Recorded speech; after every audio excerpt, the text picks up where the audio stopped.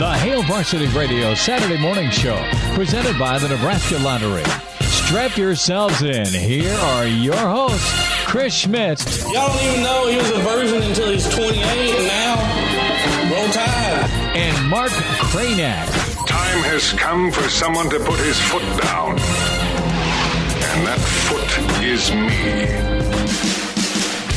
Welcome to it. Weekend editions here. It's Hail Varsity Radio, presented by the Nebraska Lottery. Chris Schmidt, Mark Cranack, Elijah Herbal is here. Numbers to get in, 466-3776, 466-3776, 800-825-5865. Hey, smile. Football is back. Kickoff at 11 o'clock. Get that red beer poured. And if you're not a red beer guy, a little Bailey's and coffee will do, like Elijah. I've got a big red cowboy hat on. Giddy up. Elijah's working on his brand new T-shirt. Tell the folks what you're wearing. Yeah, it's a large picture of Kevin Warren on my chest wearing a large cloud nose. So it's a clown nose. Cranack, are you clothed this morning, or is it commando time? It's working from home. Are you kidding me? No. Why would you put pants on? Save yourself some laundry. So you got the big red robe on, huh? Is what you're telling me? A big red. Okay, we'll go with that. If that's what. If you want to imagine that I'm clothed at all, I need the dude robe at least pictured on right now while you're doing radio. That's just more laundry, too. I just have a hat on, hat and socks. There we go. Let's do this. You got to stay warm. Okay. It's, you know what, man? What a opportunity today for Nebraska. And as a fan base, you're just starved for football. There's some good things you took from that Ohio State game. And I think energy is kind of the word today, right? What kind of energy, not only as a football team and head coach and program, can you take with you into Evanston, but can you leave with for future games this season? That's why today's big. It's the next game. It's a chance to get better. It's a chance to make that jump, right? But this is a game that is going to be tough by all counts anyway. And it's a chance to kind of go test your football team and see what happens. Are you better in a four-quarter slugfest, and can you make the plays to win? More importantly, Mark, can you forget to make some of those boneheaded mistakes? And that's just been the theme all week is, self-control. Can you be a better you versus a Northwestern football team? Because that's how they get you. Yeah, Brandon Vogel, who we'll have on later, I think referred to Northwestern as the Big Ten's truth serum. So kind of whatever you are is going to come out against them, right? Doesn't mean they're the Big Ten's best. They're not. But you get exposed for what you are when you play Northwestern. And what Nebraska has been going back several years now, and it continued under Frost, is a mistake-prone, shoot-yourself-in-the-foot kind of outfit. It's just how it is. They turn the ball over more than the other team. They commit more penalties than the other team, just with regularity. That's just what they are. That's got to change, though. That has to change at some point. And it's a good idea to maybe have that change against what is probably the Big Ten's least penalized team. The team that turns it over not nearly as much as everybody else. So that should start today because, Chris, you and I were talking about this last night. It was pretty incredible after the Ohio State game, the general reaction to what everybody saw on the field. It was because it was unanimous, right? Like there's normally a takeaway after you play a game. There's usually some kind of mixed reactions on it, or there's consensus towards the way of, God, they looked like crap. I have not experienced anything like what we saw after Ohio State, which was pretty unanimously, even though Nebraska got their teeth kicked in on the scoreboard, 30 plus points, the reaction was, Hey, no, Nebraska actually showed something there. Like literally everybody I talk to that follows the program closely, the fans that are, generally overly critical, the ones that are drinking the Kool-Aid, like the entire gamut of Husker fans that I talk to, and experts, media types, unanimously, everybody saw something. Like we all saw something. Right? Like we all did, even though they lost by 35, to where you're like, no, that was different. They blocked differently. They tackled differently. They played with a different level of physicality. They stopped the run. They stopped the run differently at the point of attack. I mean, we all saw that. Overwhelming takeaway was, man, props to Duval, props to those kids. And props to the development, right? When we talk about, all right, how thin is Nebraska? How deep is Nebraska? What do you get from your young kids, right? And how healthy can your older guys stay? I mean, you saw a really good rotation on the defensive line. You saw a kid out of Norfolk and Ethan Piper do some really good work when he was in. You saw your young pup, Ben Hart, at right tackle. Nebraska had no issue really, from Ohio State's defensive ends. Now, they'd move some of those cats around, and there was some interior push, and that's going to happen to other teams, right? But no, I mean, it kind of reminds me of the scene from Major League, right, where about halfway through, they're doing the man on the street portion of the show where, it's about all-star break time, and old Lou Brown has those Cleveland Indians led by Wild Thing Ricky Vaughn and Jake Taylor. And between the grounds crew, the Japanese grounds crew, and the construction worker and the punk rockers at the bar, they're not that crappy, I mean, that's a good analogy, right? I mean, that's and we're not saying Nebraska's crap. I'm just saying you kind of walked away and went, huh. Exactly. They're not that more. They're not that bad. They may be ahead of schedule. The 3 years of strength and conditioning are starting to hit.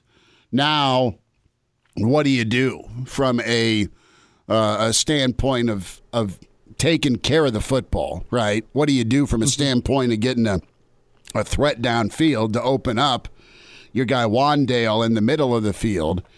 And just from a tweak here and there, you got to be better to keep that thing within 13 or even 20 and make sure it's not a 32-point. You just look at the score and kind of roll your eyes if you're a college football fan if you didn't see the game. So, there's a high level of respect for Northwestern, and that has had to grow, right? I mean, a lot of football fans in Nebraska looked at, everyone goes, that's a win. Give me the ink pen, not the pencil, and let's put a W on the schedule next to Northwestern.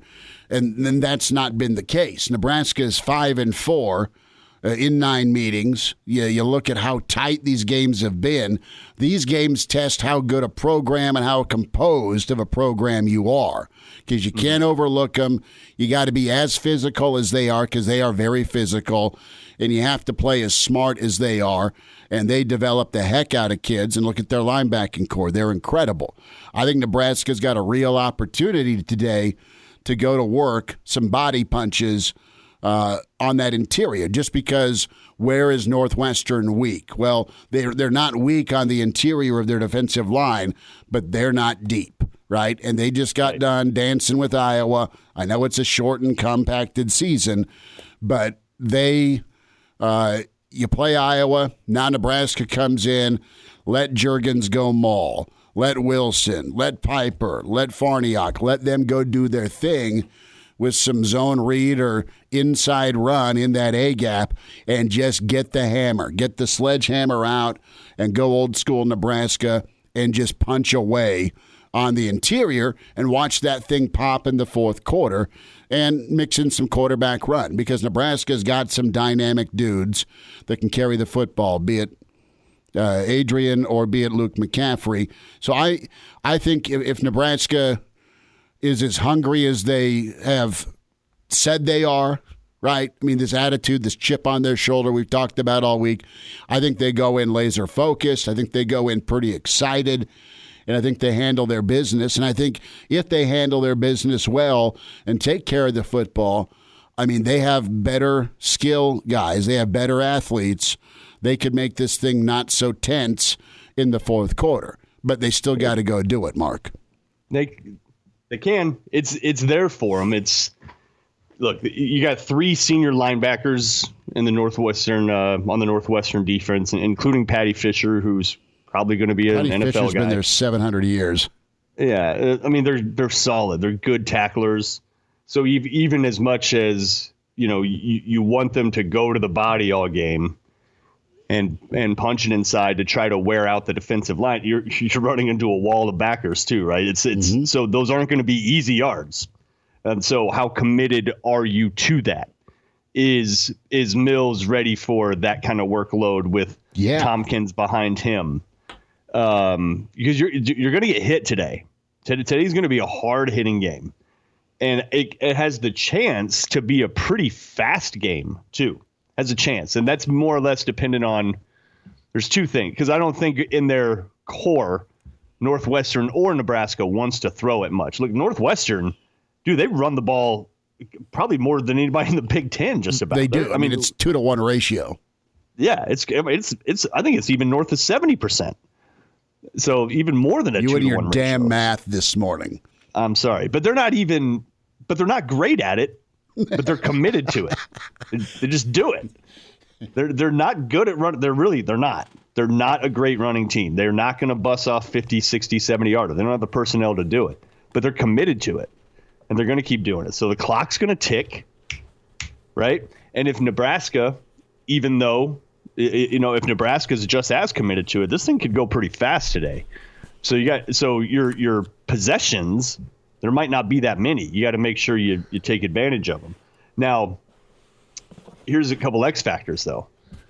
What will Northwestern decide to do with a guy like Peyton Ramsey, who we know is an accomplished quarterback, transfer from Indiana that's now at Northwestern, that's probably started 30 Big Ten football games. He knows what he's doing. He knows the league and he knows Nebraska.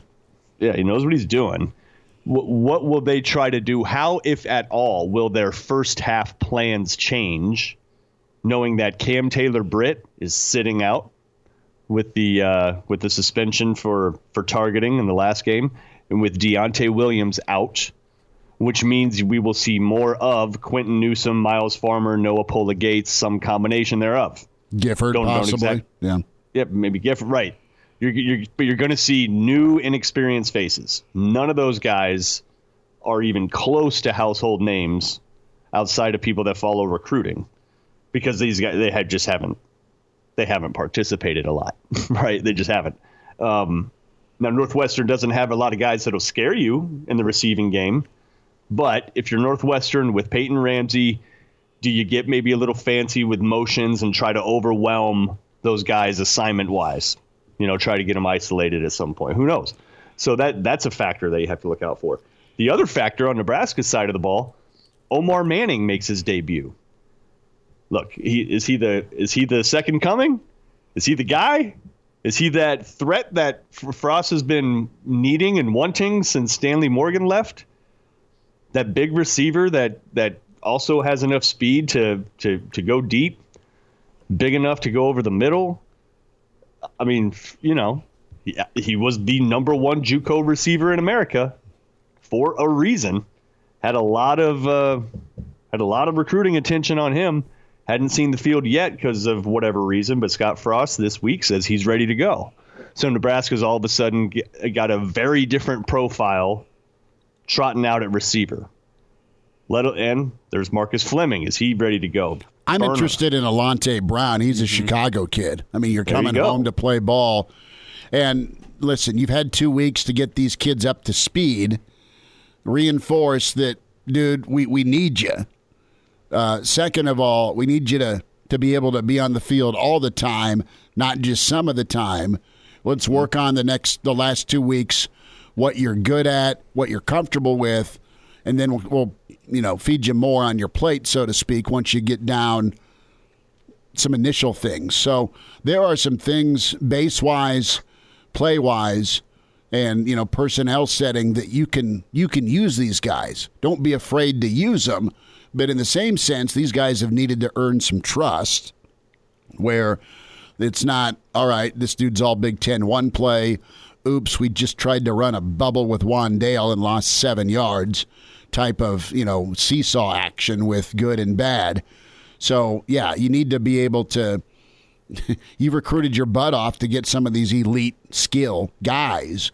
Let them go eat. And that is a different. There's your difference maker right there, right? I mean, who does Northwestern have defensively that can match up physically with an Omar Manning or a Fleming or an Alante Brown or a Wandale Robinson? I mean, Wandale Robinson, you know how big a difference maker he was as a freshman last year, and he was responsible for 10 of the 13 points. And when push came to shove last year, Nebraska got the football to him.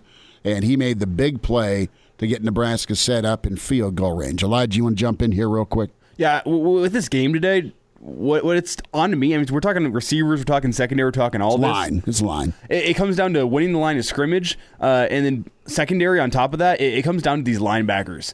Because the linebackers today are going to have to stop the run. Northwestern showed against Iowa, even down 17 points early, we're going to continue pounding the rock.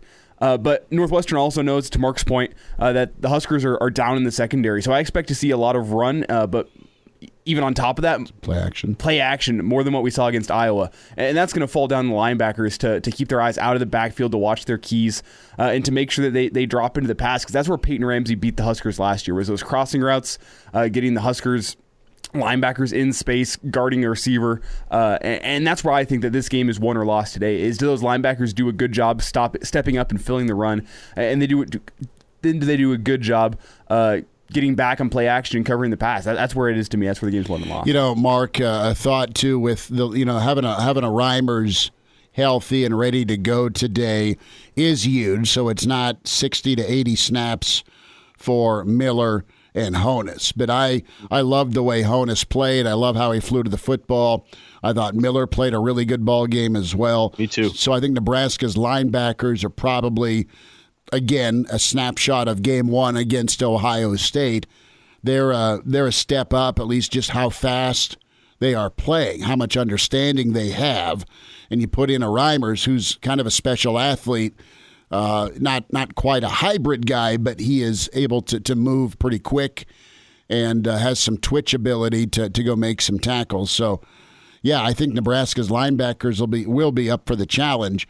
But the main reason being is I think the defensive line's going to be able to do their job and keep some of those fat guys in purple from climbing up to get them. That's the other thing that I'm excited about on the other side of the ball with Nebraska's offensive line.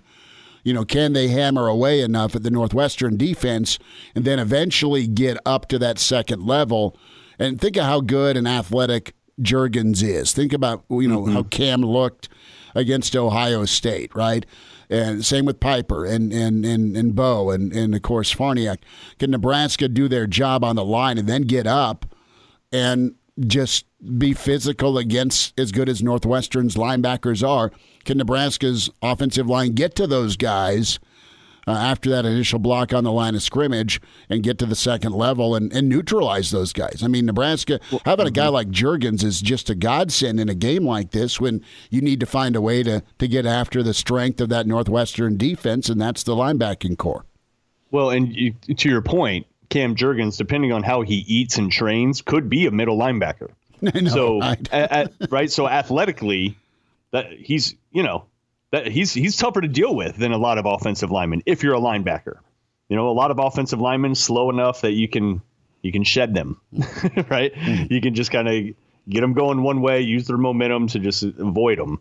You can't really do that with Cam Juergens because he's agile enough that he's going to be on you. Look, here's the other part: is that Frost and Nebraska's offense, it's a spread. And the point of the spread is to literally spread the field, right? Mm. But that's only worth something if the people you're spreading the field with are threats, right? Mm. Otherwise, they're just sort of receivers that are just standing out, right? They're not a threat. You don't feel like as a defense you need to pay special attention to them. And that's where Nebraska's been in the passing game all through last year, outside of Wandale, right? But it's just one person. You know what I mean? So that you've just negated the entire point of the spread because you don't have actual threats out there. If Manning is a legitimate threat, we know Wandale is. If Alante emerges into one, these are a lot of ifs, okay? I realize that. I'm not trying to say this is going to happen. I'm just saying if this happens, if Marcus Fleming comes to life, if Chris Hickman, I mean, you basically need like 3 of those guys. 2 for sure. 3 would be great. 4, oh my God, you're looking at a conference title type offense. Like, you know, if you can legitimately spread the field, make the defense have to legitimately account for that spread out formation and for all the people that are on the field, then let's see what Wandale does. Then let's see how Adrian runs. Then let's see how Luke figures in, right? Because as a defense, you haven't had to be concerned with this spread from Nebraska necessarily. You've been able to pack it in. And if Nebraska has to pack it in, essentially, keep it between the tackles because everybody and their dog knows that the threats on the outside are not threats, that plays right into Northwestern's hands. Yeah, you need to be able to hit some big plays, and that's what Northwestern's good at preventing. But Northwestern's going to make it real hard for you to try and run the football. I mean, they're going to try and take that away, so it's going to come down to taking some shots, hitting some shots, and be willing to live with some of that and go outside to some of your skill guys. Well, Northwestern has not allowed a run over 20 yards this year against Maryland and Iowa. Yeah. So you're not breaking these big runs. Well, and the other part of that Chris, too is you better be able to break something some other way. You do. And we know how Nebraska historically performs inside the red zone. Right. Right. Not great. So you're going to need to pop something. Yeah. And it's probably not going to be in the run game.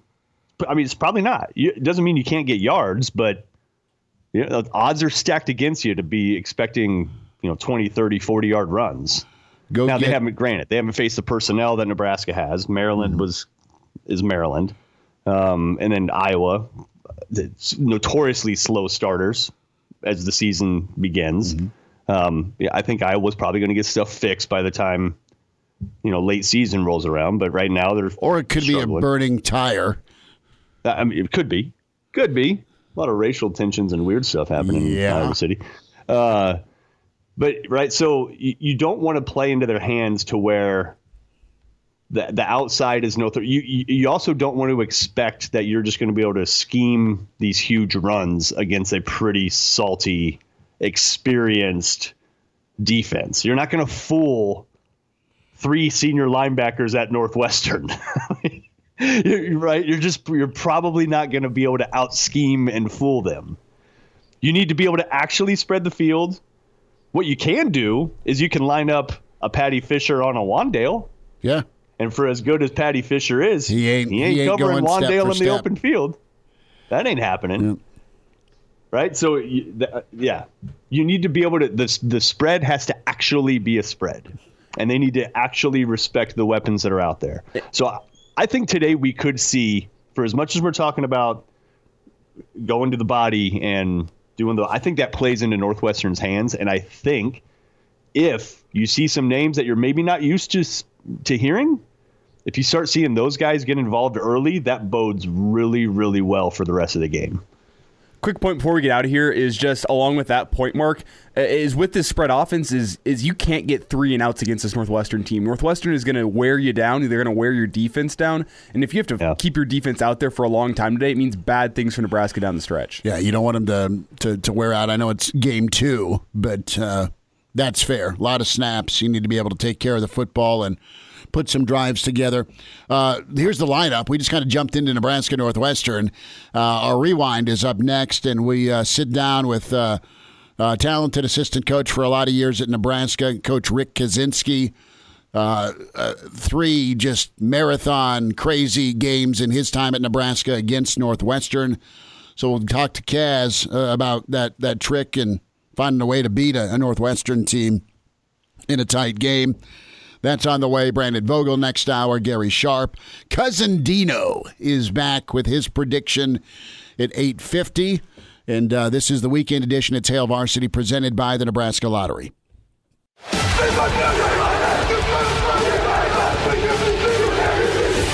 back with Hail Varsity Radio, presented by the Nebraska Lottery with Chris Schmidt and Mark Cranack. Back to it at Hail Varsity Radio, presented by the Nebraska Lottery. Let's talk Nebraska Northwestern. Let's say hi to a longtime Nebraska assistant coach on the defensive line, Rick Kaczenski, with us. Kaz, what's up, man? How are you?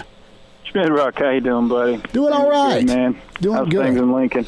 We're waiting on football, Rick. Coach, it's been 2020, the unexpected, and you remember well all the times that Wisconsin was set to roll into Lincoln or vice versa, those magnitude matchups, and all of a sudden COVID raises its ugly head, and so I golfed Saturday, and I should have been covering football. That's how my weekend went, and what a crazy year. But interested to get your thoughts on Nebraska specifically. I want to go back in time to 2013 for a moment, and the infamous Hail Mary with Westerkamp and Ron and your defensive linemen just doing work in that second half. And where were you that day in Lincoln where Nebraska got the Hail Mary, got the win over Northwestern? Were you on the sideline for that? Yeah, sure. We were on the sideline, and it's just one of those games that just a hard-fought game. Hadn't played very well on defense, or I'm speaking for my guys. Early on, we made some really good adjustments, and I have been fortunate, been in a lot of close battles and great games with Northwestern. I have a lot of respect for Fitz and his staff and what they've done over the years there. So anytime you play them, it's going to be a battle. And, those guys, that game almost got away from us in the second half, and then Moss made a play and, just kind of got us back into it. And you look up on the scoreboard and you got a chance to win. And, there was a play that probably a lot of people don't remember, kept them out of the end zone. Randy came from across the field and knocked Coulter out, and they had to settle for a field goal and kept us in it. And I remember Papuchis, him and I were standing on the bench on where the defensive line would sit, and we were standing up, and he goes to me. He said, "We're going to win this game." And I just shook my head, and I think I said, "Yeah, right, JP." He goes, "No, I'm serious." And I just looked at him. I laughed. We had our headsets off, and then the place went crazy, and I looked at each other.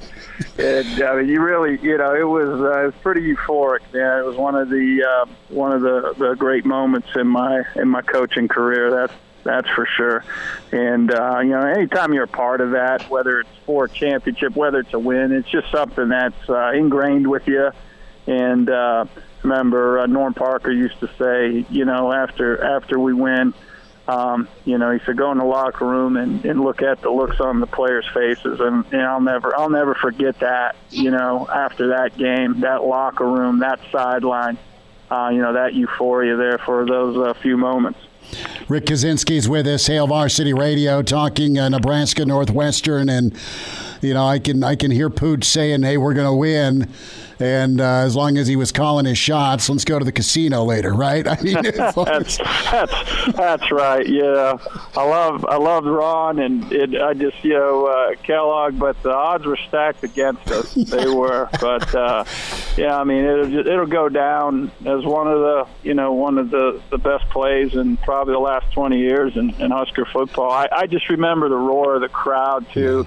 There's just certain things that you just can't you can't replicate, and just that roar. I mean, there's times that I'll sit down with my son and pull it up on my phone and just look at those last couple plays, and you look at some of these videos that people shot with their cell phones. I look at those. It's just pretty incredible. And then having our families on the field afterward, it's just, that's what makes the sacrifice as a coach and all that other, and as a player, that's what makes it worth it. That's for sure. Rick Kaczenski's with us on Hail Varsity Radio. Kaz, what's it like coaching, and how do you get kids ready for those tight ball games? And it seems like every weekend in the Big Ten, as deep and as good as coaching staffs are, and I mean, it's so tight. And Nebraska, Northwestern have a pretty vintage history of close, tight ball games. What makes Northwestern so difficult? I mean, Nebraska's been in the Big Ten 10 years. This will be, the 10th time Nebraska Northwestern hook up. And, I mean, they're always 3-point ball games, it feels like, or very rarely are they double-digit wins. I mean, it's always overtime or something crazy goes on. And how do you navigate through that as a coach, and how do you get your guys to lock in as a player? Well, I think what you know, when you're playing Northwestern, they're going to execute. You know that they're not going to give you many chances. And I think what Nebraska's done a really good job of is limited mistakes when they've played Northwestern. I think that's why it's always been a close game. When I think about Northwestern and the type of teams that they have, I think you look at their coaching staff and the stability and the experience they have. They're not getting guys that Alabama or Michigan or Ohio State's getting. But they're getting guys that fit their system. They're getting guys that they can develop. And when they're playing with a lot of 4th and 5th year guys. They're playing with a lot of guys with experience. And I think what you see is what they do is they develop really well when those guys graduate. There's not a big drop-off, Schmidt. Yeah. And I just think there's a mentality of when you get into conference play. And I think that's what really, really hurts a lot of every team. Nobody's executed. Nobody's playing well. I don't even think Ohio State's even playing anywhere near to their capabilities right now, because you don't have those games, those early games on to prepare you for conference. When you get into the conference, as soon as the Big Ten starts, all of a sudden, man, you turn the volume up. Everything gets turned up a level here. The intensity, you can feel it gets tighter in the building. You get honed in, because everybody knows that from the first team to the 14th team in the Big Ten, if you don't play your best and if you make mistakes, anybody can beat you on any Saturday. Northwestern, they're going to give you the same issues year in, year out, right? They're smart, they're tough, they're going to make you earn every single thing. And I think Nebraska's been in the league long enough and being in those tight games, those guys expect that. Right, and I mean, just as a coach, you really don't go into any week, Schmidt, any different than any other week. You want your guys to execute. You want your guys. You want to put them in the best position to be successful. I think when you get into the Big Ten season and you get into a week like this, it's up to the players. Right, the players got to make the decision. It's what they put in.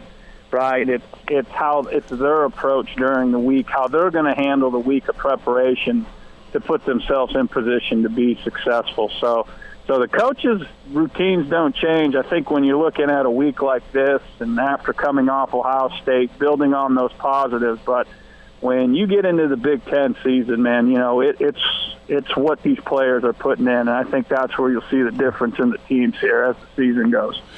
Interested to know, with Nebraska, they've had extra time to prepare for Northwestern. Northwestern's played 2 games. Heck of a comeback in Iowa City. I mean, just a great job by the Northwestern defense to lock down in that second half. Nebraska's at home because Wisconsin had to cancel due to COVID. So Nebraska did not get to play. You don't get that game 1 to game 2 jump Obviously, Wisconsin's a beast to deal with. So if you're Nebraska, you're ticked off you didn't get a play. You're ticked off you didn't get a chance to schedule somebody. The conference shot you down. That say you said you've had extra time to prep. Is there an advantage? Is there a disadvantage? How do you look at that by not playing but having the extra prep time? Well, I think you got to look at it, two ways. One, it kills you in such a short season to lose a game like that, right? Now, but the fortunate thing was you're not the team that has players with COVID. So you're able to prepare with the team that you're going to go in and play Northwestern against, right? So I think you got to look at that as a positive. And then I think, secondly, you got to just, hey, those are the cards. Like we talked about early on in this segment, man, it's 2020. It's a funky, crazy year. There's so many more variables that we can't control right now. So all you can worry about is what you can control, right? Mm-hmm. So, and I think that's what's important. And here you are. It's Northwestern week. You can't worry about last week. You can't worry about not playing. But I think there might be a little bit of an advantage for Nebraska because, you still got that tread on your tire. You got guys that didn't get banged up against the Wisconsin. You had Northwestern that went on the road, played in a tight ball game, expelled a lot of energy, a lot of anxiety, a lot of effort, those type of things. So I think Northwestern's the team that would probably have to adjust going into week 3 than Nebraska. And I think when you look at Nebraska, you're going to have guys chomping at the bit. So when I look at Nebraska, I think, going into this week, let's not talk about Wisconsin anymore. Let's not talk about the conference or any conspiracy theories against Nebraska. Let's move on. Let's take care of business. Let's look ahead. What's ahead? Northwestern. Let's concentrate on that. And let's handle the week. I think that's the most important thing right now for Nebraska. Rick Kaczenski is with us, former Nebraska assistant defensive line coach with us, Hail Varsity Radio. Coach, I want to go to Iowa, and the Hawkeyes are at 0-2. Purdue stung them in a tight ball game. You had Northwestern sting them after Iowa had a 17-0 lead. And now Sparty comes in.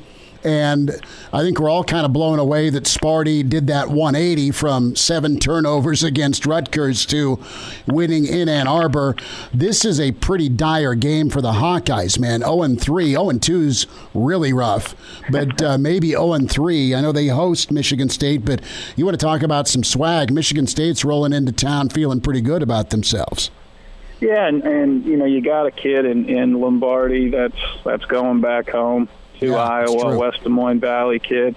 So I know he'll be fired up for that. But also, too, I think you got a quarterback, and that position's become more – it's always been important, but it's become so critical now in college football, with the passing games and how complex the offensive systems have become. And now Iowa had Nate Stanley, who was there forever, and you got a quarterback coming in that, because Iowa has always played in tight games.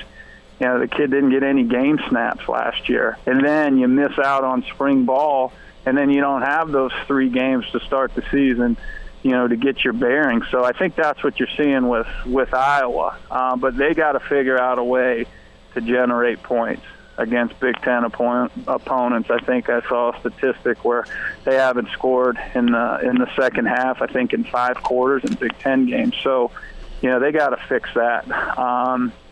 But that's what you love about the Big Ten. That's what you love about conference play, Schmitty, is it's going to be tight, right? I mean, that's good football.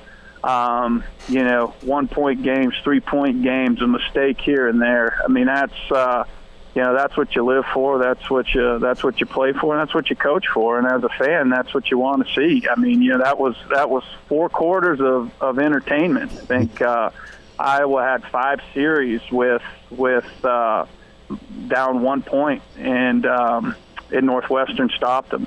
that's great football. But yeah, I think they are the coach speak is always going to say, one game at a time, we can worry about this. But yeah, they are. If you fall to 0-3, you got to start wondering about where you're at, this year and where to move forward. So, be an interesting game. And you look at the Minnesotas and you look at the Marylands and the Michigan States, and that's what's crazy about 2020. You just don't know what you're going to get from week to week. Well, and Indiana's got some ball players, and they've been really pretty talented on the lines of scrimmage. And Michigan comes in, and they head to Bloomington, and that's a tough ball game for Harbaugh and company too. I mean, Michigan looked incredible. They pretty much dismantled Minnesota, ABC, to open up the conference play, and then, man, Sparty did their thing, and that kind of surprised me. And now you got Indiana waiting, and Wisconsin, hopefully, 2 weeks from now for Michigan. So we'll see where Michigan, see if they can get right against Indiana. And Coach Allen's done a really impressive job there. So, Kaz, I got to ask you, man, what are you doing? You getting together with some friends? How are you going to soak in Clemson, Notre Dame Saturday? Well, I think we got cross country. My daughter's at cross country nationals. My daughter Sophie and Victor's got a baseball tournament. That's the great thing, Schmidt Rock, down here in South Carolina. It'll be 76 on Saturday, and we'll be playing travel ball Saturday and Sunday. So I'll be watching my games I'll be watching most of the games on a phone. So. To be honest with you, it's hard for me being a former coach to really enjoy watching. You're constantly analyzing. Sure. You're looking at things. You're an armchair quarterback and how you would do this and how you would do that. But that one holds a little bit more special value just because, one, I went to Notre Dame, and then two, you get tired of these yahoos down here with all their Clemson stuff. So, I just and I can't use the argument anymore that they don't play anybody now that they're playing Notre Dame. So I'll be looking forward to that. I wish they'd be playing at full tilt with Lawrence, but that'll happen again if both teams take care of business. And like anything, when the ball's kicked, nobody cares about your problems. Nobody's going to care. Notre Dame doesn't care if Trevor Lawrence. That's great for the media. That's great to talk about. But I guarantee Coach Kelly, Friday night before the game, it doesn't matter who's under center. You want to win the game. You want to execute. You want to play your best. And every time you win, the next one gets bigger. But it'd be great. Wish there'd be people in the stands, not just for the Notre Dame players, but also for the Clemson players. And, Notre Dame, the Nebraskas, those type of stadiums, they're destinations. They're not just a stadium. You make it a football weekend, not a football Saturday. And I just think that I'd love for some of these Clemson fans that I know down here to go visit Notre Dame and take in a weekend and see what that place is all about with 90,000 people in there. And unfortunately, they won't be able to do it. So, but yeah, it's college football 2020. We'll take what we got, right, Schmidt? Right. Well, yeah, and Coach, the beer has never tasted colder than it did at Linebackers after a Nebraska win. Yeah, I tell you, now I'm getting old, straight. Now we're drinking my neighborhood. We're drinking beer, doing trick or treating. So yeah, that's what we do now, and right. Talk about politics and the weather. That's good. It's like those commercials. We all be morphing to our parents, right? That's why I'm working on it. Kaz, best to you, man. Best to your family, and we'll do this again. Thanks for your insight today. Same to you, man. Tell everybody in Lincoln I said hello. Go Big Red. The Hail Varsity Radio Saturday morning show, presented by the Nebraska Lottery. Strap yourselves in. Here are your hosts, Chris Schmidt. Y'all don't even know he was a virgin until he's 28, and now roll tide. And Mark Cranack. Time has come for someone to put his foot down. And that foot is me. Hour 2 weekend edition, Hail Varsity Radio, presented by the Nebraska Lottery. Chris Schmidt, Mark Cranack, Elijah Herbal. I am just getting the specialty pizza order in from our big friends at Lazari's. What are you going with today? Dude, I am going to fire up as many wings as they have.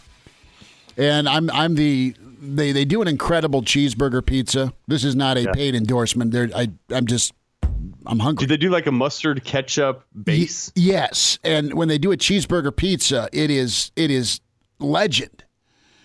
And I'm going to make sure they've got enough ketchup and mustard for me to do that. That's where some of the pizza places go wrong, is that they do the cheeseburger pizza, but they use regular marinara. No, you're not like, at all. No. No, and I'm like, it's not like it's always available. So I'm trying to call in a favor to make sure I can get a cheeseburger pizza. Yeah, because best of luck to you, man. Great grandma's. We're watching the game with great grandma today, so it's going to be awesome. You're going to watch the game with great grandma. She said there's beer in the fridge. So nice. Yeah, and then be sure to get Real Red Reaction cranked up with Greg and Hooksy and Elijah. They'll have that immediately after Nebraska beats Northwestern today. We welcome in Brandon Vogel, and Vogues. I mean, your podcast is phenomenal. Your writing's incredible, and I'm all about sincere compliments today. I think you would probably love this cheeseburger pizza, knowing how you dig food. Cheeseburger pizzas are one of those things that I dislike in theory, but I really like in practice.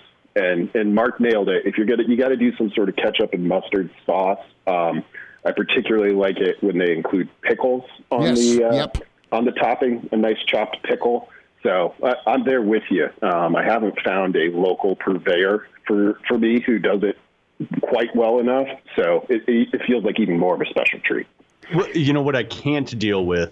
I like them when they're fresh, but taco pizzas just become an absolute mess. The second you put them in the fridge, and then the lettuce gets wilty, but the lettuce is sort of stuck into the cheese, so you can't really rake it out. I can't do the taco pizzas. I don't know where you guys stand.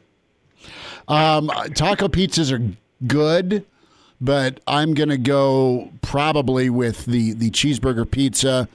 The bunny likes, they have this, it's got buffalo mozzarella on it, this pizza.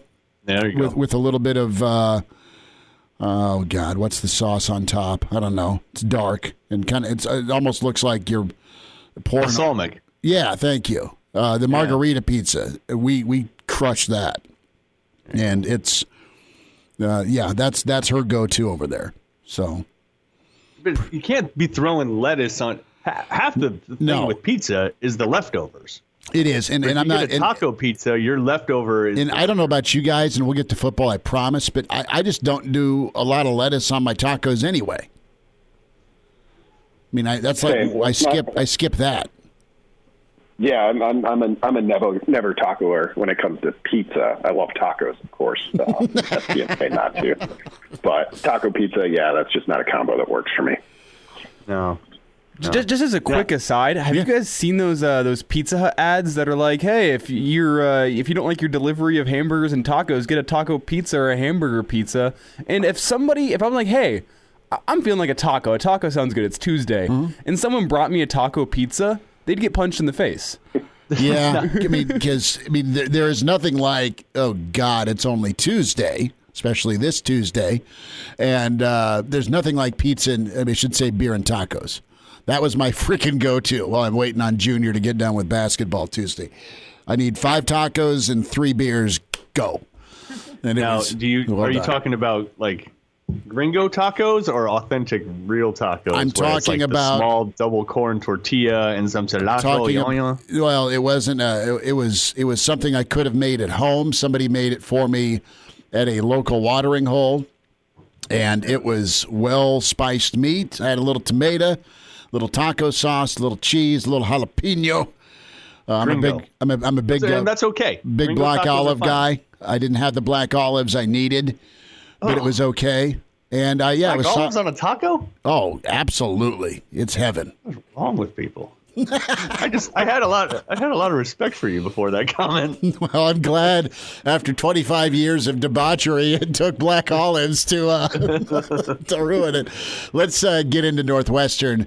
Vogues, you nailed it. Truth Serum Saturday, right? I mean, that is what Northwestern's all about. And they make you play great football or they beat you. Yeah, that's pretty much it. We give Iowa and Wisconsin a lot of deserved credit for being teams that are like that. And they probably, well, certainly in the case of Wisconsin, they've done a little more with it than Northwestern, but they're also kind of not as limited as Northwestern in just a big picture sense. It's tough to get in school there, and that changes the kind of guy you can recruit. So really, I think Northwestern might be the best example of a team that just makes you jump through all the boring conventional hoops. They're a little like filling out paperwork, but you got to do it to even have a shot to beat them. And for Nebraska, and this even goes beyond the Scott Frost era, back to Riley and even Pelini, has been a team that struggled to do that. Not all the time, but maybe the majority of the time. It's a little bit more loose and high flying in terms of how it plays. And you've got 3 division opponents that make that a pretty risky proposition at times. And one of those is today. So we'll see what Nebraska can get done in Evanston. Do you think, Brandon, that one of the reasons why Nebraska's offense hasn't taken off is that, fundamentally it's a spread, or that's what they want to be, but they actually haven't been able to perform a spread because there haven't been the threats on the outside to spread the field horizontally, and they haven't taken shots downfield, so they haven't been able to spread it vertically. So really, they're just a team that plays in the box that lines up in spread formations. Can that change today with an Omar Manning on the field, with maybe Alante Brown being more involved? Do you think that's been sort of a fundamental mismatch for Nebraska over the past couple of years? I think it's part of it. I guess to zoom out and look big picture over the past 25 games now of the Frost era. I think you could make a pretty good argument that while the point totals aren't UCF-like, they're not Big 12-like, at times, and maybe the majority of the time, Nebraska's offense has been what it wants to be. It hasn't been quite as efficient. Really, it hasn't finished drives as well as it needs to be a 37, 38, 39 points a game team. But you look at this, and this offense, which doesn't have kind of the full complement of players I think it wants yet. It's still a work in progress there, but it's moved the ball on just about everyone. It's moved the ball on Ohio State twice now. Moved the ball on Northwestern in 2018. It's moved the ball on Wisconsin twice. These are good defensive teams. So I think part of it is the Big Ten is just a pretty good defensive conference. And you'll see today, I expect Nebraska to move the ball. Key question will be how patient are they willing to be? Are they willing to take those 5-6 yard gains? Maybe particularly in the passing game, it's even tougher to get 5-6 yards a pop running the football. Because Northwestern, like Iowa, like Wisconsin, is just teams good at keeping things in front. It really keeps the explosive plays down. So is Nebraska willing to go on 8, 9, 10 play drives? Because I'm confident in terms of from a play calling perspective, they'll have some good stuff for Northwestern. It's just the Wildcats really, really test your patience. And I think that's been something of a struggle for Nebraska. It wants to be out there going up and down the field. And the Big Ten's just kind of a antagonistic style for that kind of football. Now, Brandon, I'm just going to jump in again real quick. Sorry, Chris. It's maybe another way of putting it is, look, Nebraska's offense has been, I would say, good, if not above good. You wouldn't call it average because you're right. They absolutely move the ball. But maybe a better way of putting it is if they actually have perimeter threats, which right now they really don't, or they haven't established that they do. They didn't all last year.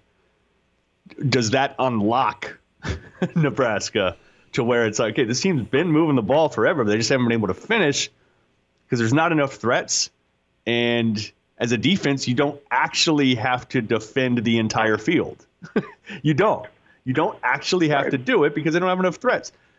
Does the advent of a Manning and Alante Brown, would that maybe unlock things to where Nebraska all of a sudden is a 40-point-a-game type offense? Yeah, I think unlock is probably the right way to put it.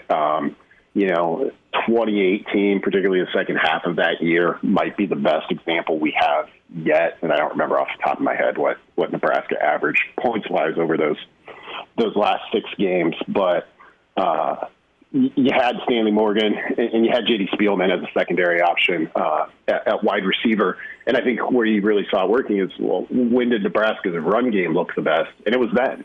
Devine Hazigbo, who wasn't even the full-time starter over the first half of that year, exploded. He went for 150 yards in that Northwestern game in 2018. Nebraska's the only Big Ten team to rush for 200 yards and not beat Northwestern, I think, since 2017, something like that. So that kind of shows you a little bit of what it meant to have those perimeter options. And we'll see. We're only one game into 2020 at this point. You looked at who Nebraska put out there on the edge offensively against Ohio State, and you didn't see one of those ready-made options. Everyone's, of course, waiting on Omar Manning. I know Frost was pretty cautious with how he talked about him. I'll be a little bit surprised if we see Manning or if we see a ton of him today. So I'm not counting on that yet being a major addition for Nebraska in this game today. Until we see him on the field, it's all the commentary around him has been pretty opaque. So we'll see. They might have to scheme a way around that. Brandon Vogel's with us, HailVarsity.com at magazine managing editor at Brandon L. Vogel on Twitter. His book with John Cook, Dream Like a Champion. So those threats on the outside, say they're still cautious with Omar, which I get. I still think you'll see him get some snaps or why not try and use him in the red zone where he can go get a 50-50 for you. But when we look at Alante Brown coming home to Chicago or a Fleming, a little bit of them in the fourth quarter against Ohio State. You've had a couple of weeks to get them up to speed. Do you think the issue is trust, playbook knowledge, or just what Coach Frost is most concerned about, and that's putting guys in position to succeed, right? I mean, it all kind of plays together, but what's your lean as to why, the biggest reason why we haven't seen him? Has it been injury? Has it been, okay, they know X number of plays and we need him to know X number of more plays? Or is it just we don't want their confidence or the hype to swallow them up? I mean, what do you think the hesitation's been? Why? Yeah, talking about them as a group, I guess I would shade toward, because you're right, it's probably a combination of all of those things, and also having a new coach in Lubick. He seems very careful to kind of set the standard, whatever that may be, and that incorporates all facets. You got to know the playbook, you got to be able to block, you got to be where you're supposed to be, and we only had one game, and they weren't willing to compromise that against an opponent that was a huge favorite. So this will be an interesting test for the trust part of that equation. Alante Brown is the one, based on all of the preseason kind of chances we had to talk to the staff, who seemed the closest, and he seems like a guy I think you could see a bit more today. But I just assume it's a little bit of a strange off season with young players. That playbook knowledge is probably what got hurt the most, or was the most at risk, just with the stop-start nature of it, not having spring ball, all that stuff. Particularly for Alante Brown, who was on campus in January, having a spring ball probably would have been pretty big for him. Yeah. Brandon Vogel with us on Hail Varsity Radio. Okay, so we know Northwestern runs the ball like 70% of the time, maybe even north of that. They're committed to it. Whether or not they're great at it is another story, but they're committed to it. That said, they know they're going against at least half of Nebraska's secondary, super inexperienced. It's going to be some combination of Miles Farmer, Noah Pola-Gates, Quentin Newsome. Do you see Northwestern trying to seize that? Do you see them trying to take advantage of that, trying to get those guys in confusing situations? Or do you think they're just going to kind of be what they are and stick to the run and, maybe hit a couple play actions? Yeah, I think they might test those guys, early in the first half, just to kind of see where they're at with young players like that. And this kind of plays into how Northwestern plays anyway this year. If you can get into those play action situations where you can test their eye discipline and their willingness to kind of be slow when, these guys haven't played a ton of football. I mean, I know they've been on the field and they've practiced for 2 years now, but just getting into a game, it can feel pretty fast.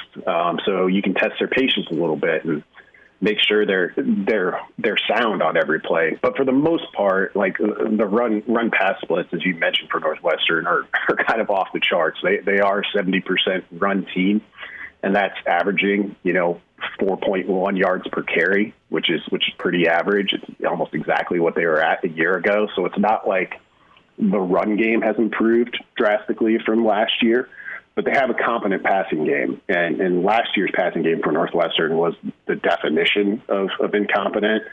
So I think you'll see them run the ball quite a bit, and Nebraska's got to be ready to hold up on first and second down.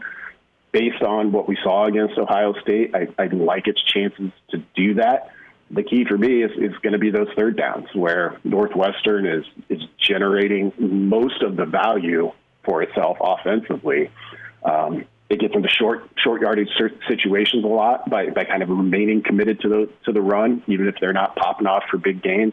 And then Peyton Ramsey really excels at making good decisions. It's kind of his key trait. He is an excellent decision maker. He's an accurate passer, and that's why he's always completed better than 65% of his passes as a Big Ten quarterback.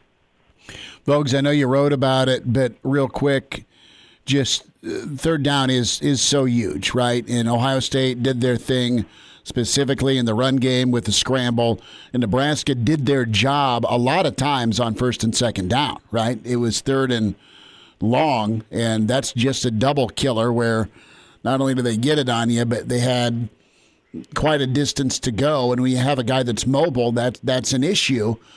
So with that being said, I mean, do you expect Ramsey to have more of a role with the quarterback run game today? I mean, Northwestern's done a good job of picking their spots to run him.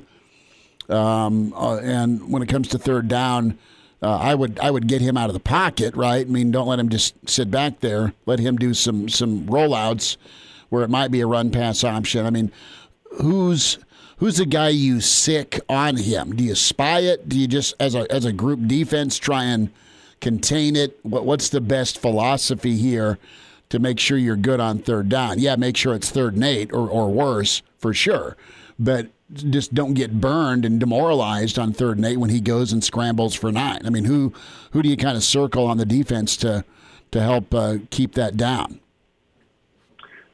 Yeah, I'd be surprised if Nebraska spied him. Like Ramsey, and this kind of goes into his overall, strength as a decision maker. I would call him a savvy runner. Mm-hmm. Like you're not going to have a ton of design QB run. I know they do it a little bit for him, but so you get to a 3rd and 7, and he can drop back and get through his progression, and it's tough to cover up all 3 or 4 guys all the time, and that's true for any football team. So he's good at finding those guys, but he's also good at recognizing, okay, that it is pretty well covered at this point, which means my best option is probably to get out of here and try to pick this up on my own. So I think getting Luke Reimer back potentially, Frost made it sound like he's going to be available this week, could help, just to spell those 2 inside linebackers, Colin Miller and Will Honas. They played pretty well for the most part against Ohio State, but Luke Reimer, for a walk-on, might be one of the best athletes on the team. So having him in there could help a little bit, just because he's able to do a multitude of things. So, but overall, it comes with, just being sound defensively, and Nebraska's had its struggles to do that on a consistent basis over the past 25 games. Brandon Vogel's with us, HailVarsity.com and magazine managing editor, author, Dream Like a Champion with John Cook. Vogues, have a good day today, and fire up some tacos or some pizza, dude. All right? Sit back and enjoy. Sounds good, guys. Have a good one. You too. There he Thanks, is. Brandon. Brandon Vogel with us on Hail Varsity Radio. Quick timeout. We'll get to the Iron Horse, Gary Sharp, and we're about 20 minutes away from cousin Dino and his prediction for Nebraska Northwestern. Hail Varsity Weekend continues, presented by the Nebraska Lottery. Early to rise with Hail Varsity Radio, the voice of Husker Nation. Here's Chris Schmidt and Mark Kranek. Thanks for hanging out, getting ready for Nebraska Northwestern. Chris Schmidt, Mark Kranek, and Elijah Herbal. We welcome in the Iron Horse, Gary Sharp. Sharpie, what's up? How are you? How you doing, boys? It's football to go today. This is an important game for Nebraska. It is a monster game for the Big Red, and we're all smiling that football is a go. So anxious to get your thoughts here. What today, what a win would mean in your eyes. I know it's not Ohio State. I know it's not Wisconsin. But, man, Nebraska fans been starving for a nice win for a while. This would chalk up to that. And how's Nebraska get it done today? Well, first and foremost, by the way, I'm standing next to a train. You can't hear me. First and foremost, Nebraska and Northwestern are not much different since Nebraska's been in the Big Ten. Their records are almost identical. Northwestern is the anti-Nebraska. They play a sound game. They don't hurt themselves. They're not real flashy. They have an identity, and they stick with it, and they stay right in the lane. Where Nebraska, as we know, it's in their DNA to struggle a little bit and be their own worst enemy. Today is a huge game from the standpoint of this. First of all, every game during this weird COVID schedule is important, but 1-1 and 0-2 is huge.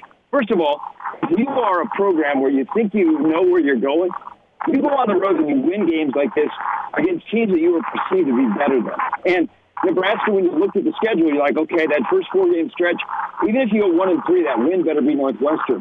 So I think that's why it's important today. But if you're 1-1 and you're looking down the road and the way the Big Ten is so far this year, where it's really, really odd, you can start thinking about, man, what's December going to look like? But I think for Nebraska, they feel like they're headed in the right direction. They saw things against Ohio State that are promising that they still need to work on, but you need wins for validation that you're heading in the right direction. And today could be one of those. I actually believe that today will be one of those days where Nebraska starts to get some validation where you can say we're turning the corner and back it up with a win. Gary, do you think maybe we're giving a little too much credit to Northwestern? And I say this because, you look at the opening week, they play Maryland. Maryland's breaking in like an entirely new defensive line. These guys are all like JUCO transfers or freshmen and zero experience, and Northwestern feasted. And then Iowa every year is a pretty slow starter. It takes them a while to get going. By the end of the year, they're pretty solid, but right on cue, they didn't play really well against Northwestern. Do you think those things considered, maybe Northwestern isn't as sort of tough and 2-0 as we're thinking, just because they got a pretty nice break in the schedule to start the year? No, I think you're spot on, Mark. I think this is a good Northwestern team. They're better than the team that won 3 games last year. They have a better idea on offense, what they want to do. They still are going to be run the ball a lot. They don't have wide receivers who are going to stretch it. Their wide receivers right now are running backs and tight ends, so that makes it important for Nebraska to cover in space and make tackles. But, you're not going to face 2 wide receivers the rest of the year like Nebraska faced against Ohio State. So if you have 2 defensive backs out for the first half, this is actually an ideal opponent to play. Now, where Northwestern, I think, they're legit, is that front 7. They are really good every year, it seems like, in a front 7. They hold up the line of scrimmage. They win the point of attack. They got great linebackers this year. They got a nice trio of linebackers. Patty Fisher has been in Northwestern forever, and he gets another year. So their front seven is tough. Can Nebraska run the ball with Dedrick Mills? Not to the two-quarterback system. Can they run the ball with Dedrick Mills? I think Northwestern is okay. I think they're 2-0, as you mentioned, Mark, because of the way the schedule fell and whatever Iowa got away from last week when they're up 17-0. That's why I feel good about Nebraska being in this game and with a good chance to win today. Gary Sharp's with us, the Iron Horse, Hail Varsity Radio Weekend Edition, previewing Nebraska Northwestern. Where are you at with Omar Manning's role today? Well, I think it's important. First of all, I think it's not just Omar Manning. I think it's the other guys in the wide receiver room that did not get on the field for an abundance of plays against Ohio State. I think they all need to be involved because Nebraska has to stretch the field. They have to have a vertical passing game. I truly believe they want to have a vertical passing game, but if they don't have anybody, they're not going to waste throws down there. It's important for Omar Manning, I think, to get started early. And when he's on the field, you can't go like 3 or 4 series without him getting a target. He strikes me as a moody guy that needs the ball early to get into a rhythm. So I wouldn't be surprised if you see him when he gets on the field, and I don't know when he'll get on the field, guys. We think he'll be involved early, but we don't know. I think you've got to go his way early to get him in the flow and see where he's at. But I think it's important to get everybody involved in the passing game, whether it be the tight ends. I think Austin Allen will have a big day today. Wandale Robinson, of course, needs to have the ball in his hands. But you got to get on the outside. Where's Betts? Where's Fleming? Where's Brown? And, of course, where's Omar Manning? You know, and it's a frustration that you see on message boards and you see on Twitter. There's a perception out there that other programs do a much better job of getting young talent involved early in their careers. Like, you know, insert team here. If they have a hot shot freshman, that kid's playing and he's a threat. Look at Ohio State's kids last weekend. Right. But for some reason, the criticism is that Nebraska is unable to do that. One, do you think that's fair? Do you think that's actually true? And two, and by the way, this was a criticism even going back through Riley, through Pelini. So it's like in the water in Nebraska. It's not just a Scott Frost thing. Do you think that's accurate? And then two, let's just start there. Is that accurate to you? Well, I think to a little extent. Let's look at the wide receiver room from last year or the previous 2 years to this year. You know, Nebraska got very lucky that Stanley Morgan and J.D. Spielman were sitting there when this staff took over. I think what happened with Troy Walters is he took a wide receiver room and he put guys on the field before they earned it. And some guys, as you can see, they did not earn it. And when you would get into games, you'd cause all kinds of problems because they were not prepared to play. There has been such a culture change in that wide receiver room that with Matt Lubick, there is some talent that we think there's talent, but you're not getting on the field until you earn it. And I think that was a big decision in making a move at wide receiver, you know, with offensive coordinator duties as well, is guys have to earn to get on the field in the wide receiver room. They were not earning their way onto the field. They were just placed on the field. So that's a little bit into the Ohio State game why those guys didn't get more action. I think they got the wake-up call, but I think they also have to understand they have a great opportunity here. If you're a wide receiver and you do the right things, you block downfield, you run the right routes, you catch the ball when it's thrown to you, you're going to play because Nebraska needs wide receivers. But I think today you'll start to see that the culture of that room has flipped, and I think that narrative could start to be changed sooner than later.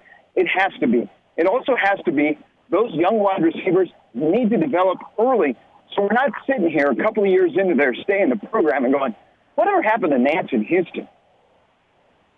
No, right? Yeah, that's a great question. I mean, they were recruited here. They've had a chance to redshirt, and you've not seen them. I mean, any theory? Are they not as skilled as some of the kids that have been brought in with last year's class? I don't know, man. That's what gives, because those kids were pretty highly touted. They're talented, but you got a lot of talent in that room all of a sudden. Well, I'll tell you about Houston, because Ryan Held told me this in the offseason. He said, we really like where he's at because his whole body has changed. Mm-hmm. But now it's up to him. With Jamie Nance, guys, I'm worried about him because we were really high on him when he came out of Oklahoma. And whether he's battled some things throughout his career here, it's go time for him because Nebraska isn't wasting any time bringing in wide receivers.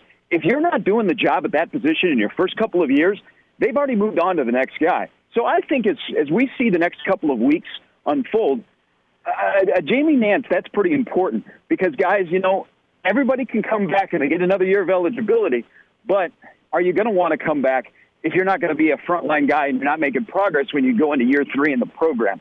But as a whole, that group has to be very, very good today. They have to block on the outside, and they have to catch the ball when it's thrown to them, because another part of this whole wide receiver discussion is Scott Frost and Matt Lubick have to trust you.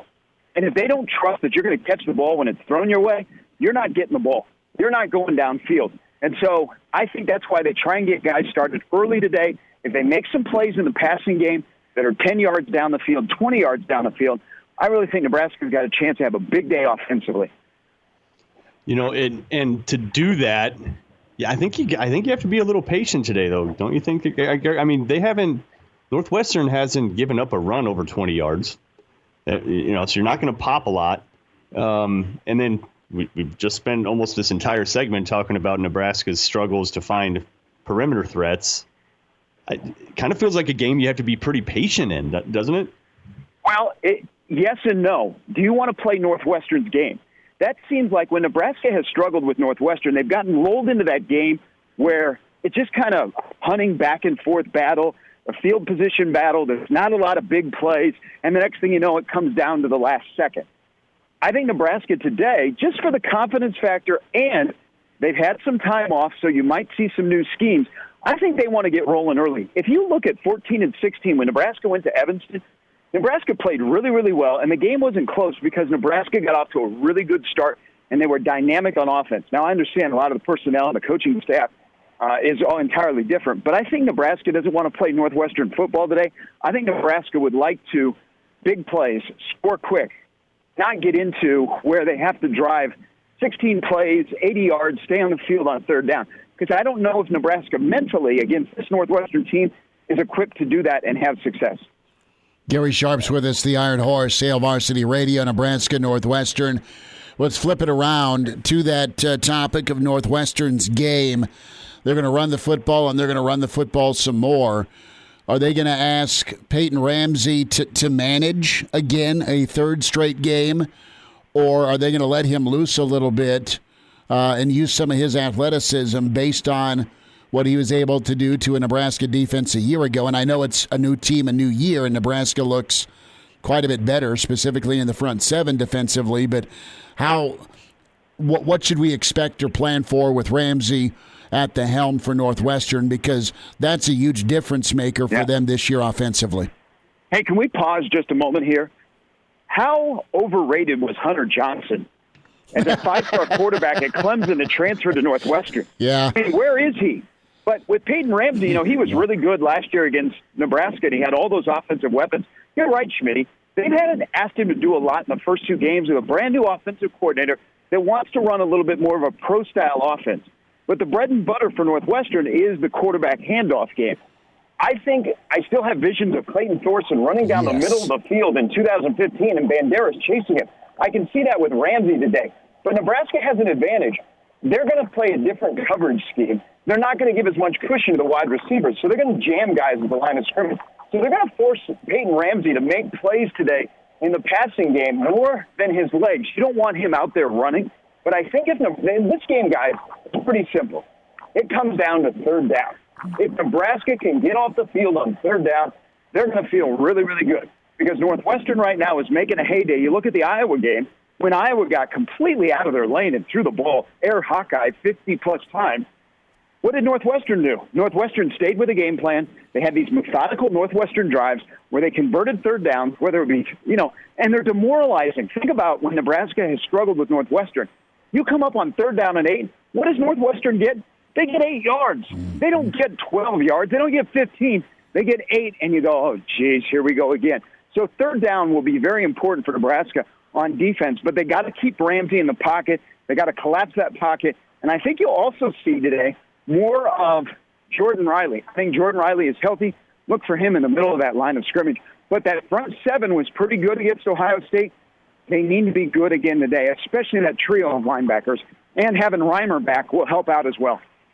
Hold on. We got to come back to the breaking news that you just had on this here program, which is Nebraska is going to jam at the line of scrimmage because they were playing, I don't know, 70 yards off in the last game. 75. Well, it turned into the modern day equivalent of the George Darlington days of the corners don't turn around and look at the ball. That new thing, leave George alone, is now you give him too much of a cushion. So you're saying that cushion's going to close today?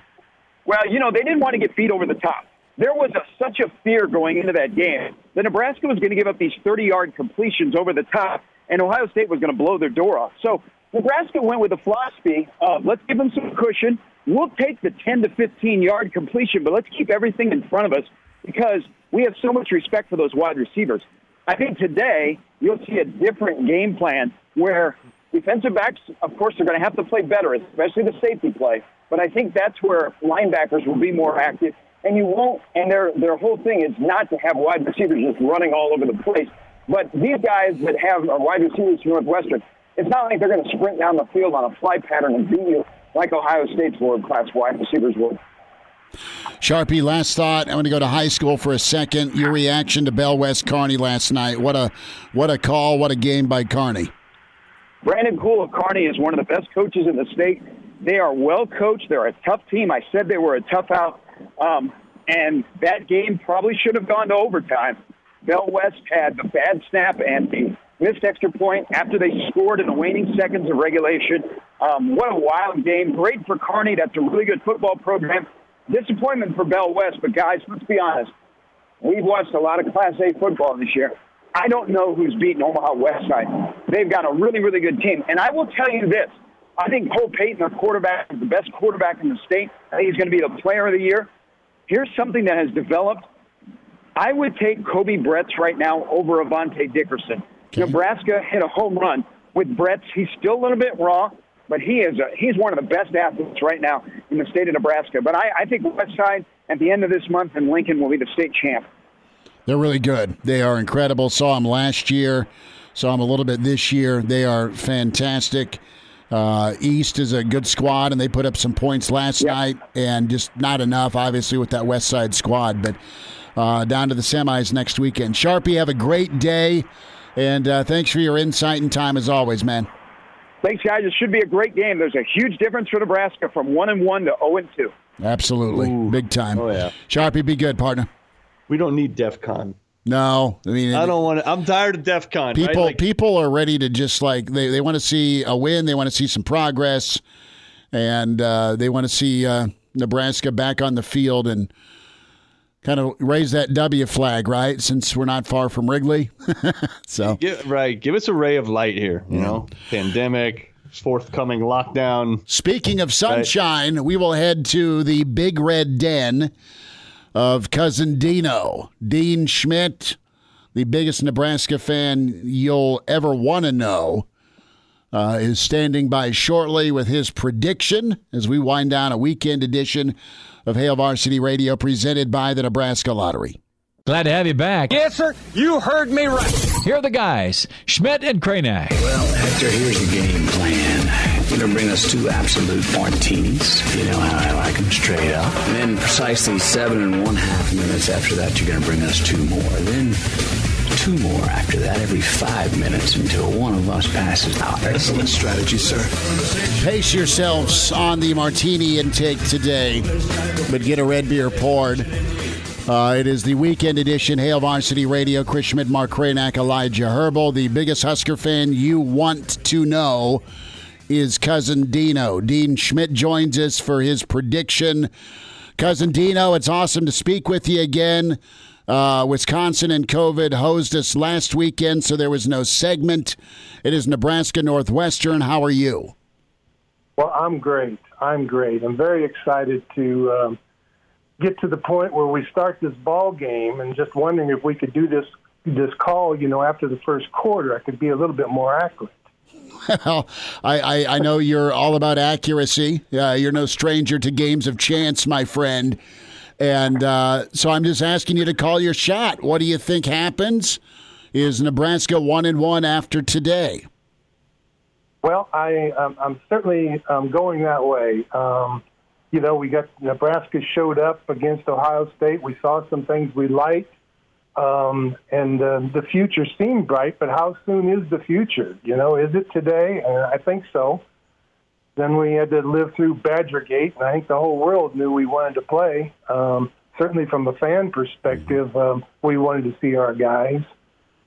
And today, I think it's time for the new storyline to begin. And I expect we're going to see some corners being turned today. And I say let's get our flags and raise them, and let's go beat Northwestern. Dean, I'm gonna go out on a limb here and pick a couple of 50-50s. I think we score first and last, and I think we take them down 34-24. 10-point win, says Cousin Dino. And if you're a prop bet guy, Cousin Dino says Nebraska scores first, Nebraska scores last. Kranak, you know how tight these games have been, man, between Nebraska and Northwestern. Same with you, Cousin Dino. You were here last year for Nebraska Northwestern, and that thing, there wasn't enough fireball to get through that offense that Northwestern and Nebraska had. But Nebraska found a way to win. And were you in Evanston 2 years ago? I was. Very frustrating game. I think we had them down by 14 points. Somewhere in the middle of the third quarter, perhaps, and they came back and beat us in overtime, if I remember correctly. So yeah, that was. It's just always tense. It is always tense. Yeah, it's like they hang around, just, like, chill and watch a game. You can't chill and watch a game. You can't be like, oh, cool, the second string, whatever's coming in now. Like that never happens. Yeah, these guys. Yeah. Well, I think the boys are due. It's time to start it. Start a new tradition here, and. Let's go beat them. Let's beat them in their place. Love it. Cousin Dino says Nebraska 34-24 over Northwestern. Cousin Dino, you and Audrey ready? You got the TV set up? You ready to go? We're ready. We just got to wait 2 more hours. Well, it's a red beer time, Dino. Okay. For sure. All right. For sure. Cousin, be good. You too. Thank you so much. There he is, the prediction from the biggest Husker fan you want to know, Cousin Dino, Dean Schmidt. I love his take on things. With and you know Nebraska's going to want to take the football, Mark. Well, of course, and scoring first and scoring last would be a good thing. I like his sentiment about let's start a new tradition. Yeah, and I think that tradition is let's start. Like when Northwestern shows up on the schedule, like you just beating them, win that game. That sounds you just good. Win that game. Good enough. All right, Kranak, be good. Enjoy the game, man. You as well, sir. All right, that cheeseburger pizza. That's or that, just been ordered. That taco cereal or whatever kind of crazy hybrid you're going with today. It is good. Elijah Herbal, Nick Greguth, Bill Hooks. Real Red Reaction follows from the rail yard right after Nebraska Northwestern. Back at you Monday with Hail Varsity. Thanks.